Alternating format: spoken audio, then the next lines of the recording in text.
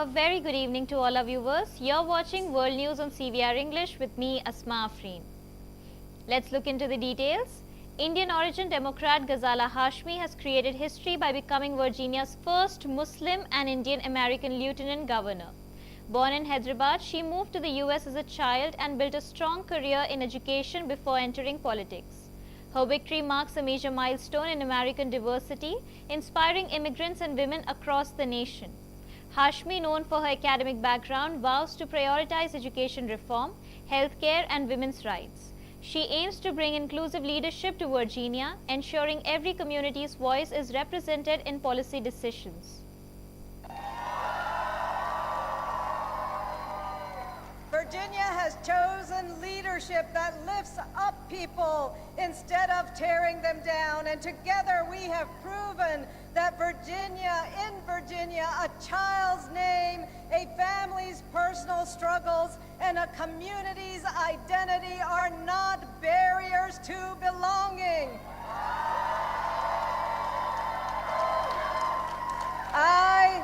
I am so incredibly honored and humbled to stand before you as Virginia's Lieutenant Governor-elect.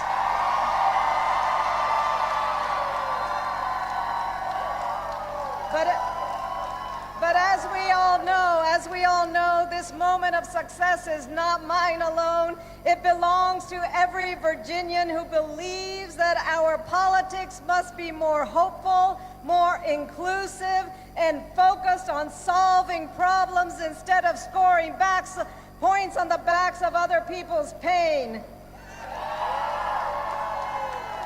It belongs to every parent who aspires to strong educational opportunities for their children. It belongs to all of our workers whose labor deserves respect and dignity. It belongs to the countless young people who refuse to sit on the sidelines and instead are charting a path forward through talent and skill, ingenuity and determination. My own journey from a young child landing at the airport in Savannah to now being elected as the first Muslim woman to achieve statewide office.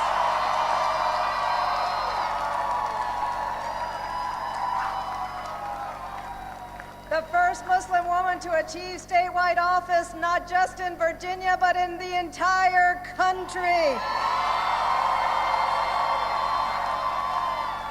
And this was possible because of the depth and the breadth of the opportunities made available in this country and in this Commonwealth.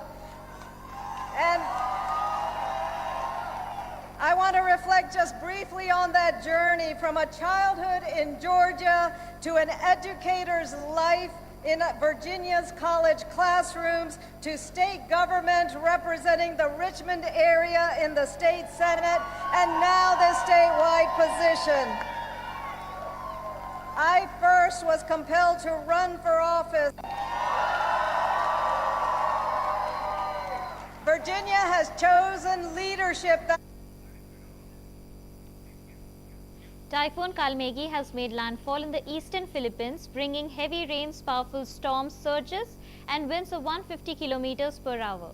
More than 150,000 people living in eastern coastal provinces were evacuated from their homes ahead of landfall.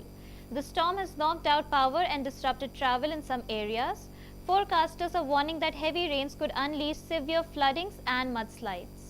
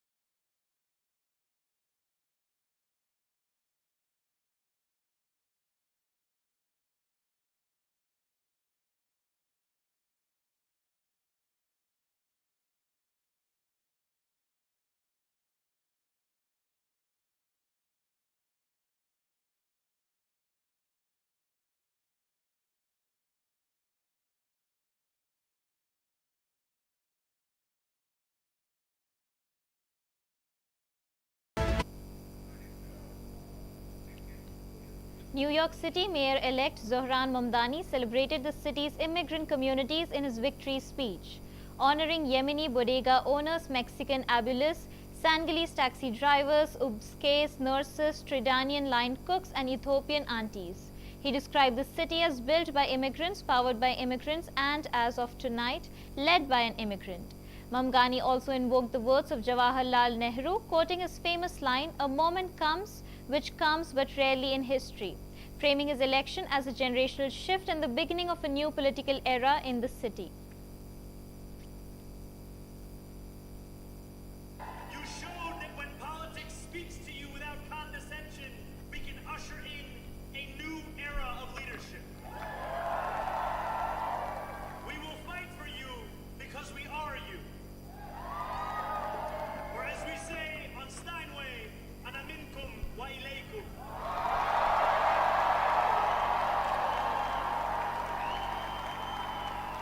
Thank you to those so often forgotten by the politics of our city who made this movement their own.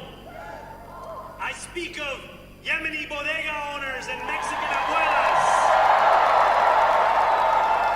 Senegalese taxi drivers and Uzbek nurses, Trinidadian line cooks and Ethiopian aunties. Yes, aunties. New York will remain a city of immigrants, a city built by immigrants, powered by immigrants, and as of tonight, led by an immigrant. So hear me, President Trump, when I say this. To get to any of us, you will have to get through all of us. Think of the words of Jawaharlal Nehru. A moment comes but rarely in history when we step out from the old to the new, when an age ends and when the soul of a nation long suppressed finds utterance. Tonight we have stepped out from the old into the new. New York, this power, it's yours. This city belongs to you. Thank you.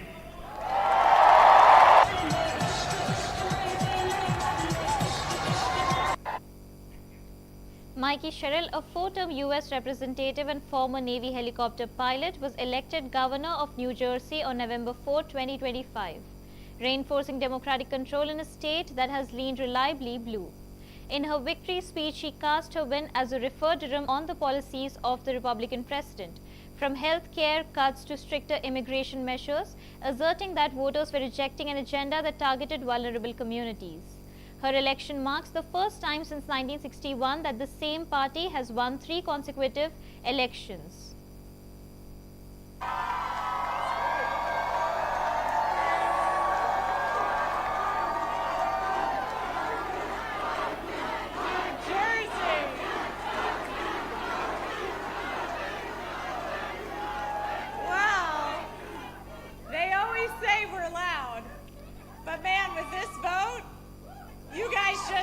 From the rooftops.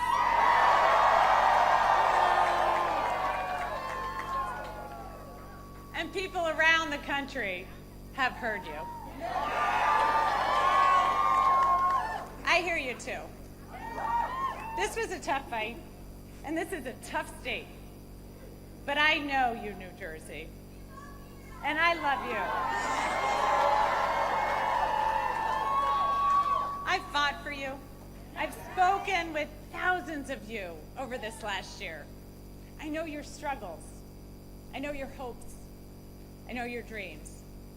So serving you is worth any tough fight I have to take on, and I am incredibly honored to be your next governor.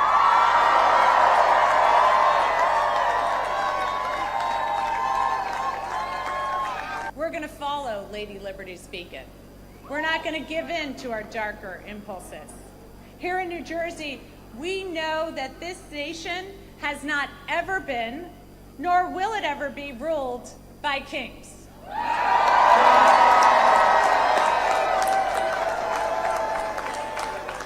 We take oaths to a constitution, not a king.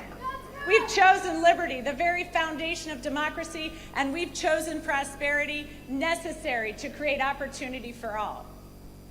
So New Jersey, to quote the boss, the future is now. Roll up your sleeves, let your passion flow. The country we carry in our hearts is waiting. Thank you, New Jersey. At least 7 people are feared dead after a United Parcel Service plane crashed near Louis Villas International Airport in Connecticut. UPS Airlines said the 3 crew members were on the aircraft bound for Honolulu, Hawaii, when it crashed at around 5:15 p.m. local time. The governor, Andy Bishar, said 7 people had died and 11 others were injured, with both numbers expected to rise. The official cause of the crash is unclear.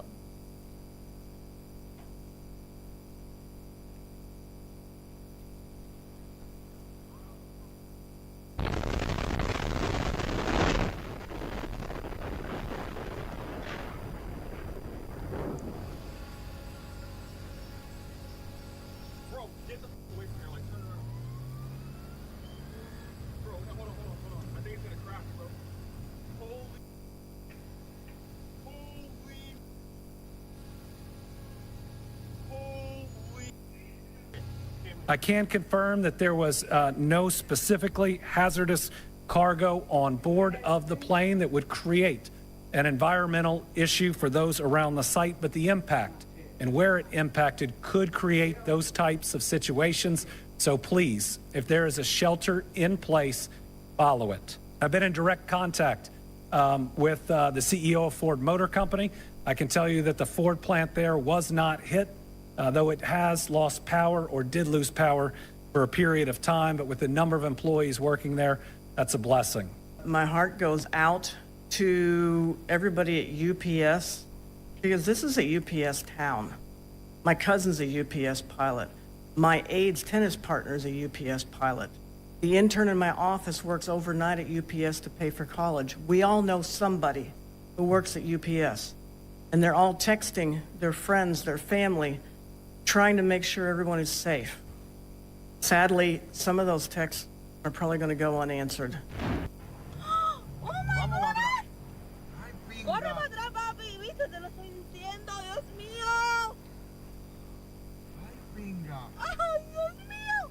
Pero que pinga, Vamos a ver. Papi, cuidado.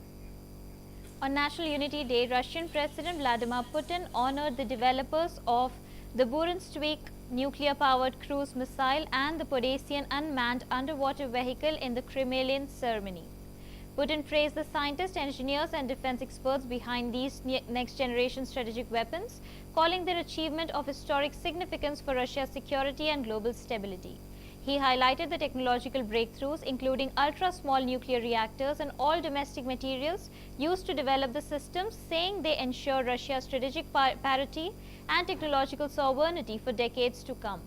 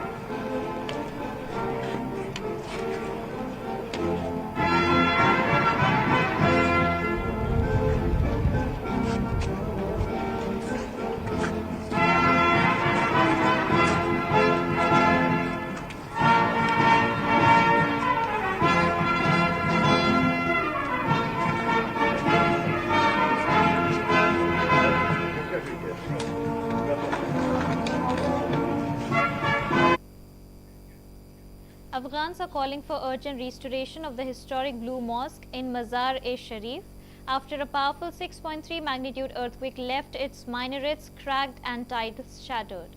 Locals describe the destruction as unlike anything they have seen in decades, urging authorities and traders to step in before the winter worsens the damage. The Hazrat Ali Shrine, also known as the Blue Mosque, remains open to the public despite visible structural harm.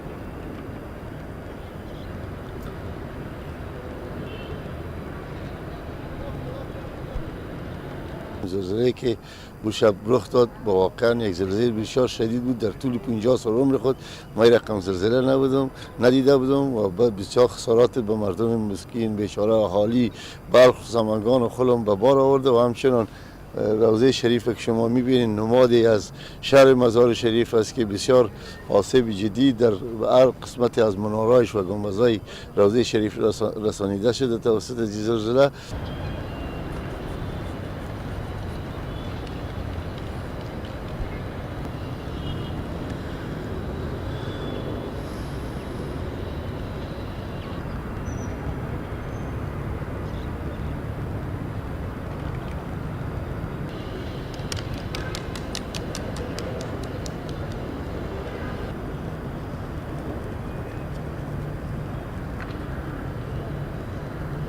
روضه شریف در شهر مزار شریف یک نماد تاریخی هستند که مردم بیشتر در اینجا همیشه میایه و تجمع میکنه و در کنار از این قسمت هایی که روضه شریف تخریب شده توجه جدی تجارای ملی و سایر افراد و حکومت توجه جدیش خواهان هستیم که در این قسمت اینا را بازسازی بکنه.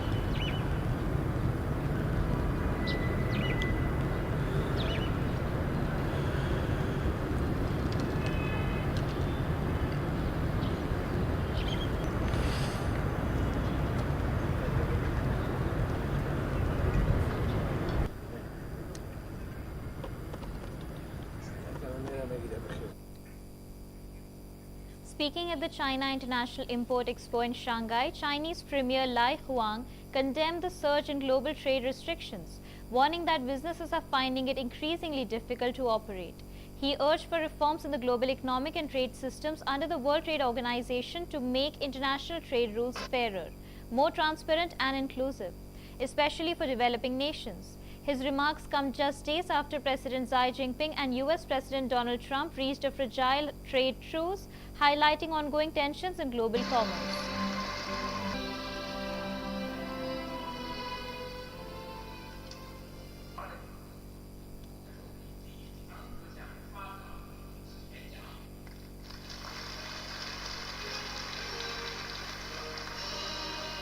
Alle Unternehmen haben festgestellt, dass es immer schwieriger wird, Geschäfte zu tätigen. Die Interessen vieler Länder, insbesondere der Entwicklungsländer, haben erheblich gelitten.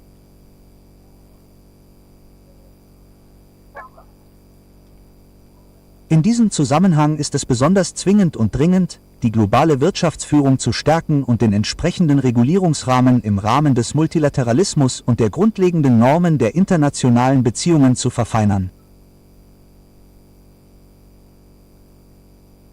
Wir werden daran arbeiten, das globale Wirtschafts- und Handelssystem zu reformieren, das von der Welthandelsorganisation eingeführte multilaterale Handelssystem zu verbessern und die Handelsregeln für alle fair, vernünftig und transparent zu gestalten.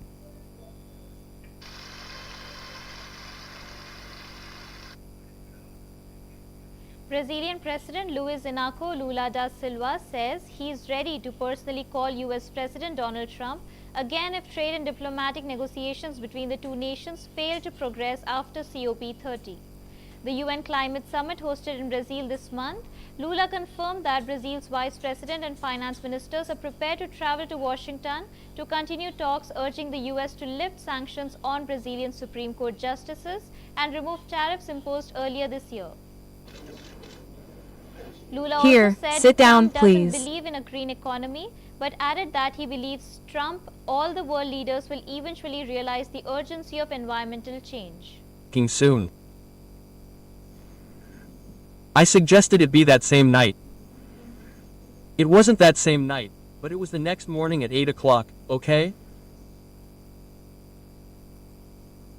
There was a first meeting, and now my Minister of Foreign Affairs, my Vice President, and my Minister of Finance are prepared to schedule a new meeting, if necessary, to go to Washington to negotiate. And I told President Trump in no uncertain terms, and I gave it to him in writing. You know?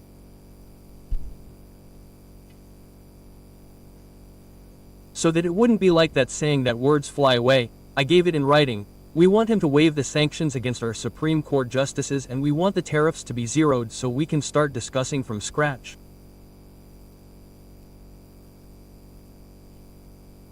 If there's anyone who doesn't like me, it's because they don't want to like me. But I never do anything to make someone dislike me. Because I think it's good for the American war team here in the seas of Latin America. I had the opportunity to talk to President Trump. Quote, so, after the COP is over, if the meeting hasn't happened, I'll have no problem calling President Trump, I'll have no problem going to Washington, I'll have no problem going to New York, and I hope you'll have no problem coming to Brazil.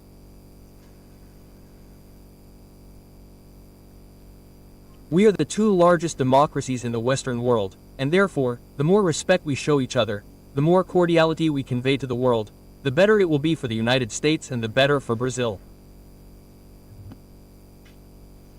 To continue growing. I just participated. It's the first time a Latin American president has been invited to the conference.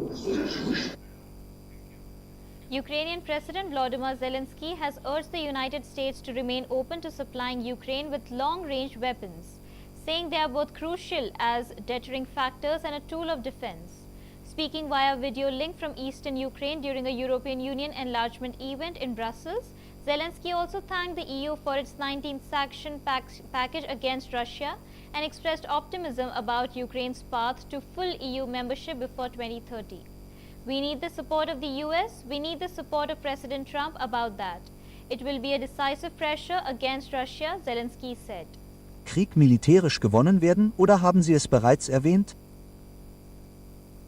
Die USA werden am Ende bereits eine Verhandlungslösung benötigen, wie Präsident Trump es sagt. Und die Vereinigten Staaten von Amerika müssen offen sein für die Möglichkeiten von Langstreckenwaffen. Langstreckenwaffen sind sehr wichtig, auch als Abschreckungsfaktor. Wir müssen sie einsetzen. Wir brauchen die Unterstützung der USA. Wir brauchen dafür die Unterstützung von Präsident Trump, und das wird ein entscheidender Druck auf Russland ausüben. Dann die Sanktionen, die so wichtig sind, und hier möchte ich Europa, der Europäischen Union, für das 19. Sanktionspaket mit dem Präsidenten der Vereinigten Staaten danken. Punkt. Hat Donald Trump Ihnen irgendwelche Hinweise gegeben, dass er den Beitritt der Ukraine zur Europäischen Union unterstützt? Donald Trump unterstützt die Ukraine als zukünftiges EU-Mitglied. Wir haben das mit ihm besprochen. Er unterstützt das und er versteht, dass dies die Wahl des ukrainischen Volkes ist und die Ukraine ein Teil Europas ist. Wo werden die Ukraine und die EU im Jahr 2030 stehen? Oder, wie ich aus einer etwas persönlicheren Sicht sagte, werden sie der Präsident sein, der die Ukraine in die EU führt.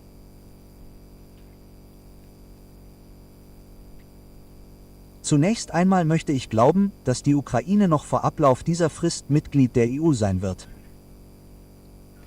Jedoch zunächst ohne volle Mitgliedschaftsrechte.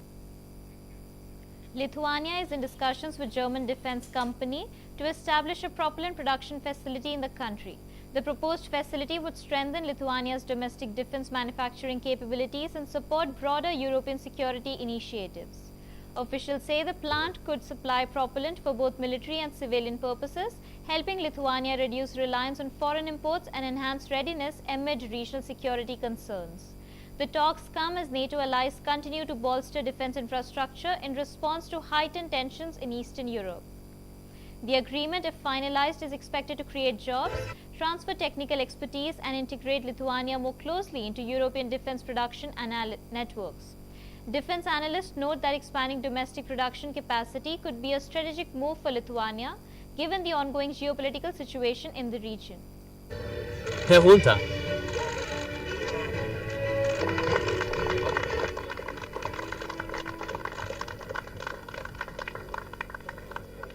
Vielen Dank.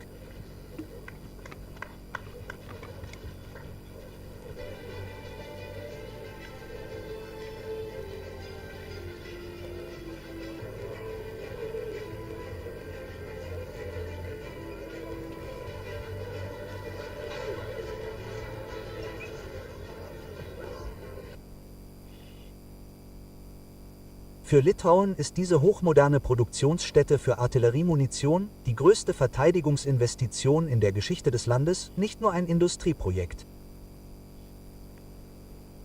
Sie ist ein strategischer Schritt, der darauf abzielt, Abschreckung als Voraussetzung für Frieden aufzubauen.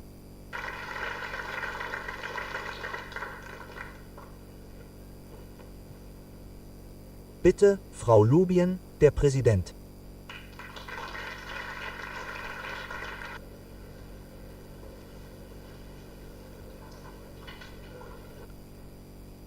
Insbesondere der Krieg in der Ukraine unterstreicht die Bedeutung von Artilleriemunition. Trotz des massiv zunehmenden Einsatzes von Drohnen bleibt die 155 mm Munition ein Hauptverbrauchsmaterial in einem Zermürbungskrieg und ein Engpassfaktor in Russlands Angriffskrieg. That's all for now. Keep watching CVR English.